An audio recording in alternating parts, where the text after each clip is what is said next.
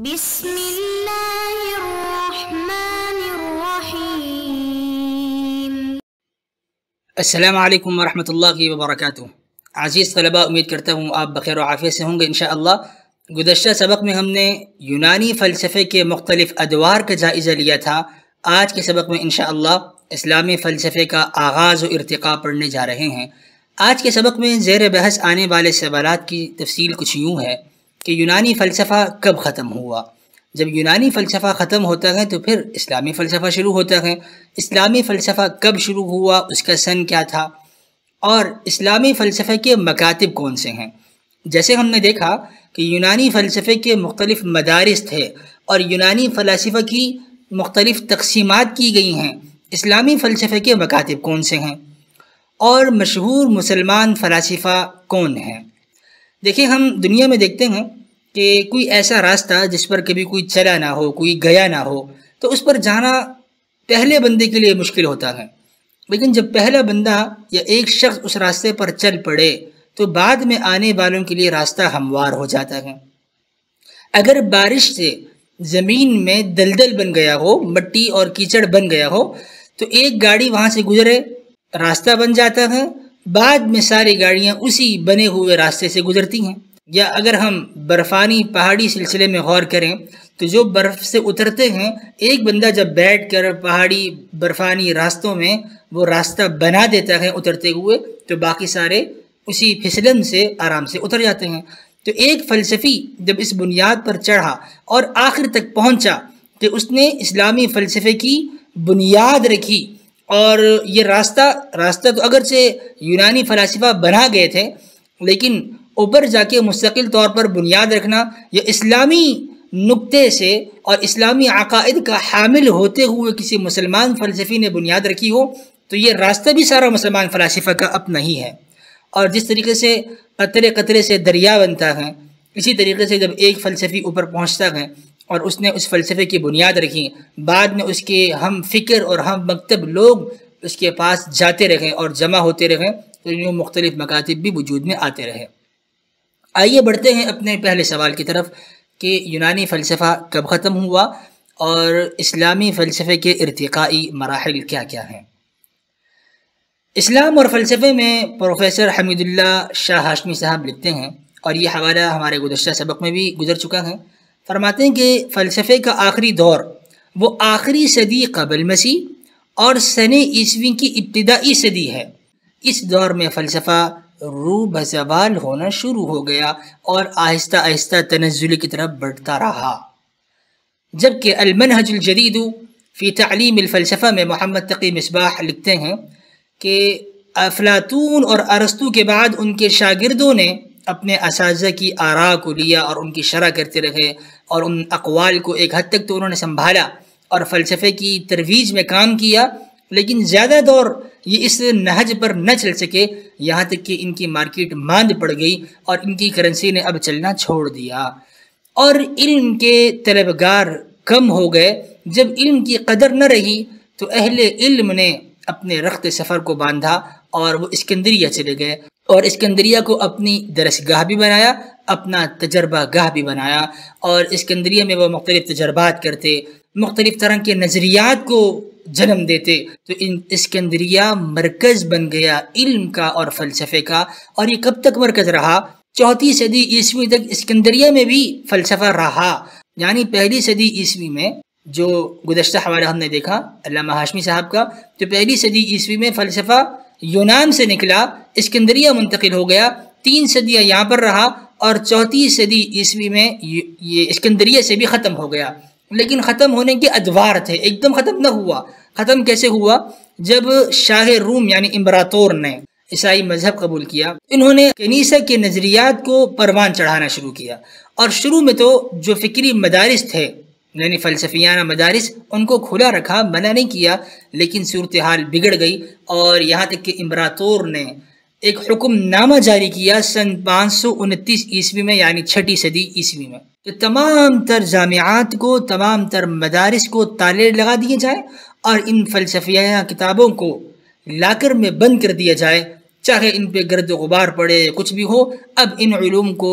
نہ پڑھنے دیا جائے گا نہ پڑھانے دیا جائے گا، اور یہ علماء اپنی جانوں کو بچانے کے لیے دیگر شہروں کا رخ کرنے لگے۔ اور اسی 6 صدی عیسوی میں آپ علیہ الصلاۃ والسلام کی ولادت طیبہ بھی ہوئی، اور پھر آپ کی بعثت مبارکہ ہوئی، اور آپ پر پہلی وحی نازل ہوتی ہے کہ پڑھیے اپنے رب کے نام سے جس نے تخلیق فرمایا، جس نے قلم کے ذریعے سے علم دیا۔ اس سے قراءت اور کتابت اور تعلم سیکھنے سکھانے کی اہمیت کا پتہ چلتا ہے، اور یہی بنیاد ہے اسلامی فلسفے کی، کہ اسلامی فلسفہ وہ اقرا سے شروع ہوا، اور اسلامی ثقافت اور ہماری پہلی وحی اقرا ہے۔ تو نبی علیہ الصلاۃ والسلام نے جس اسلامی ثقافت کی داغ بیل کی، جو بیج بویا، یہ بیج بڑھتا رہا، پھولتا رہا، پھیلتا رہا، اور ایک چمن بنا، اور اس چمن میں بعد میں مختلف علماء آئے جنہوں نے کتابیں لکھی۔ مزید لکھتے ہیں کہ اسلام کا دائرہ کار بڑھتا رہا، مختلف امتیں دائرہ اسلام میں داخل ہوتی رہیں، تو جیسے جیسے مختلف مراکز علم اسلام کے سامنے سر تسلیم خم کرتے رہے، تو اسلام کے دائرے میں آنے کے بعد انہوں نے اپنی آراء کا تبادلہ کیا، اپنی کتابوں کا تبادلہ کیا، اور مختلف کتابوں کے ترجمے ہوئے مختلف لغات سے، زبانوں سے، جس میں ہندی، فارسی، یونانی، لاطینی، سریانی اور عبرانی زبان بطور خاص شامل ہیں۔ جب ان کتابوں کے ترجمے ہوئے تو اسی سے فلسفے کی بنیاد بھی پڑھنا شروع ہوئی۔ لکھتے ہیں کہ ابتدا میں ایک ایسی زبان یا اصطلاحات نہیں تھیں جس پر اتفاق کیا جا سکتا، اور فلسفیانہ بنیادیں بھی الگ الگ تھیں مشرق اور مغرب میں، لیکن جب ابو نصر فارابی اور ابن سینا آئے ہیں تو انہوں نے مختلف افکار سے استفادہ کیا اور مختلف علوم حاصل کیے، یہاں تک کہ انہوں نے اپنا ایک نیا فلسفہ ترتیب دیا، اور اسلامی فلسفہ مشائیت انہوں نے مرتب فرمایا۔ اور پھر اس فلسفے پر رد بھی ہوا علماء کی طرف سے، امام غزالی، ابو البرکات البغدادی، امام فخر الدین الرازی، ان علماء نے ان پر رد کیا اور تنقید کی۔ تو یہ علماء کرام تھے جو اس پر رد کرتے رہے، اس سے یہ فلسفہ، اس کی تہذیب بھی ہوتی رہی، یہاں تک کہ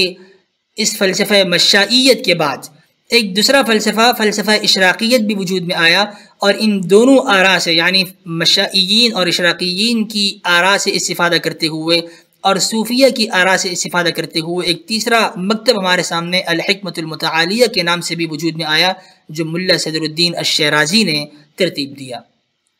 اسلامی فلسفے کے مکاتب کون سے ہیں؟ 3 مکاتب جیسے میں نے عرض کیا۔ پہلا مکتب تو ارسطو کے تلامذہ کا ہے، یعنی وہ مسلمان فلاسفہ جو ارسطو کے علوم کو لے کر آگے چلے ہیں، جس کی بنیاد ابو نصر فارابی نے رکھی اور اس کی تکمیل ابن سینا نے کی ہے۔ اس فلسفے کو فلسفہ مشائیت کہا جاتا ہے، اور اب اس فلسفہ مشائیت کو مختلف علماء کی تنقیدات کا سامنا بھی کرنا پڑا، جس میں علماء کلام بھی ہیں، اور اسی میں اشراقی مذہب کے مؤسس شیخ شہاب الدین السہروردی بھی ہیں، جو اس فلسفہ مشائیت پر نقد فرما رہے ہیں، اور انہوں نے ایک دوسرے مکتب یعنی فلسفہ اشراقیت کی بنیاد رکھ دی، اور مشائیین اشراقیین کی آراء سے استفادہ کرتے ہوئے ملا صدر الدین الشیرازی نے صوفیہ کی آراء کو بھی، متعلیین کی آراء کو بھی جمع کیا، اور ایک جامع فلسفہ ترتیب دیا جس کو الحکمت المتعالیہ کا نام دیا گیا۔ تو اسلامی فلسفے کا پیش رو وہ زمانے بنو عباس ضرور ہے، جس میں فلسفہ ترجمے کے مراحل سے گزر رہا تھا، لیکن وہ ترجمہ تھا، فلسفہ نہیں تھا۔ البتہ جو فلسفے کی بنیاد ہیں وہ فارابی نے رکھی ہیں، اور اس کی تکمیل ابن سینا نے کی ہیں، اور یوں کل ہمارے سامنے 3 مکتب آئے، مشائیین، اشراقیین اور الحکمت المتعالیہ۔ آئیے بڑھتے ہیں اس سوال کی طرف کہ اسلامی فلسفے کی ابتدا کب سے ہے۔ تو حکماء اسلام میں مولانا عبدالسلام ندوی صاحب لکھتے ہیں کہ ساعد اندلسی نے فلسفہ یونان کی تاریخ کافی تفصیل سے بیان کی ہے۔ اس تاریخ میں ساعد اندلسی لکھتے ہیں کہ یونان میں ہی ایک بطلیموس فلسفی پیدا ہوئے، جن کی نسبت مختصر الدول میں لکھا ہے کہ یہ بہت زیادہ علم دوست ہے، علم کے لیے انہوں نے بہت اسفار کیے۔ یونان میں جو علوم تھے، جو حکمت پائی جاتی تھی، وہ انہوں نے سیکھی۔ اس کے بعد جب انہیں پتہ چلا کہ ہندوستان اور دیگر علاقوں میں بھی یہ فلسفہ اور حکمت کی تعلیم دی جاتی ہے، تو انہوں نے ہندوستان، ایران، جرجان، بابل اور سندھ وغیرہ کا رخ کیا، اور وہاں سے بھی قدیم ثقافتوں سے انہوں نے استفادہ کیا۔ استفادہ کرنے کے بعد یہ اس دور میں 54,120 کتابیں یونان لائے ہیں۔ 54,120 کتابیں اس بطلیموس فلسفی نے جمع کی ہیں، اور یوں یونان میں کتابوں کا ایک بیش بہا ذخیرہ جمع ہو گیا، اور زیادہ وقت نہیں گزرا کہ یونان پر شاہ روم نے سلطنت کو پھیلاتے ہوئے قبضہ کرنے کی کوشش کی، اور سلطنت یونان اور سلطنت روم یہ دونوں مل گئیں، اور اب شاہ روم کا دائرہ کار وسیع ہو گیا۔ اب اس دائرہ کار کے وسیع ہونے کے بعد، دونوں سلطنتوں کے ایک ہونے کے بعد جو فلسفی پیدا ہوئے ہیں، آیا وہ یونان کے ہیں یا روم کے ہیں، یہ پتہ تو نہیں چلتا کہ وہ کہاں کے ہیں، لیکن بہت سے لوگوں کا خیال یہ ہے، ان کا گمان یہ ہے کہ چونکہ یونان نے روم کے دائرہ کار کے وسیع ہونے سے پہلے بھی فلاسفہ موجود تھے، اور جب یونان پر بھی روم کا اطلاق ہونے لگا اور دونوں سلطنتیں باہم ایک ہو گئیں،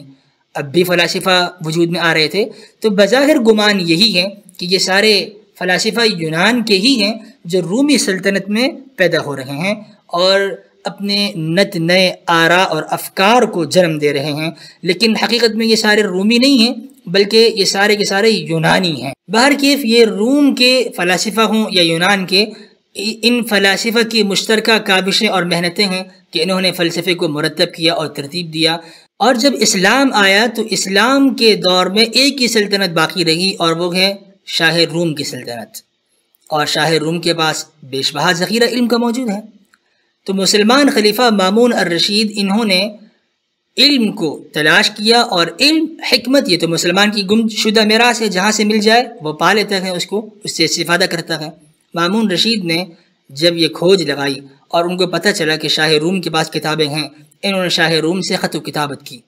اور شاہ روم کو ترغیب دی کہ آپ ہمیں یہ کتابیں دے دیں۔ شاہ روم نے اپنے وزراء سے اور راہبوں سے مشورہ کیا کہ آیا ہم یہ کتابیں دے دیں یا نہیں، ان سے ہمیں کوئی دینی یا دنیاوی نقصان یا فائدہ پہنچے گا یا نہیں پہنچے گا۔ تو ایک راہب نے جواب دیا کہ سرکار آپ کو ثواب ضرور ملے گا، البتہ گناہ کوئی نہیں ہے، اس لیے کہ یہ کتابیں جس قوم میں بھی گئی ہیں اس کے دینی اصول اور ارکان کو متزلزل کرنے میں ان کتابوں نے اپنا کام کیا ہے، لہذا آپ مسلمانوں کی اگر دشمنی چاہتے ہیں، ان کو کمزور کرنا چاہتے ہیں، تو بہتر یہ ہے کہ دوستی کے راستے سے آپ انہیں کمزور کر دیں اور انہیں یہ کتابیں سپرد کر دیں۔ لہذا شاہ روم نے 5 اونٹوں پر ان کتابوں کو لادا اور یہ کتابیں خلیفہ مامون رشید کے سپرد کر دیں۔ مامون رشید نے ایک دار الترجمہ بیت الحکمہ کے نام سے قائم کیا، جس میں مستقل طور پر ان کتابوں کی تعریب یعنی ان کو عربی زبان میں ترجمہ کرنے کا عمل وجود میں لایا گیا۔ اب یہاں پر سوال یہ ہے کہ آیا یہ ساری کتابیں ارسطو کی تھیں یا دیگر فلاسفہ کی بھی تھیں؟ تو قفطی لکھتے ہیں کہ اس میں بہت سی کتابیں ایسی بھی تھیں جن کا علم سے کوئی تعلق ہی نہیں تھا، وہ تو محض ایک بوجھ تھیں جو اونٹ پر لاد دی گئیں اور مامون رشید کی طرف ان اونٹوں کو ہمکا دیا گیا، لیکن ساری کتابیں ارسطو کی نہیں تھیں، اگرچہ کچھ تھیں اور دیگر فلاسفہ کی بھی تھیں۔ اب وہ کون سے فلاسفہ تھے جن کی کتابیں تھیں اور کن کن فنون کی کتابیں شامل تھیں؟ تاریخ میں زیادہ تفصیل سے ان کے جوابات نہیں ملتے، البتہ یہ ہے کہ ان کتابوں میں سب کتابوں کے ترجمے نہیں ہوئے، بعض کتابوں کے ترجمے ہوئے، اور ایسے بھی نہیں کہ ساری کتابیں فلسفہ اور حکمت کی تھیں، تو بہت سی کتابیں ایسی بھی تھیں جو علم سے تعلق ہی نہیں رکھتی تھیں، بلکہ کشف الظنون میں لکھا ہے کہ بہت کم کتابوں کا ترجمہ کیا گیا، اکثر کتابیں تو خود یونان اور روم میں ہی رہ گئیں جن کا ترجمہ عربی زبان میں نہیں ہو سکا۔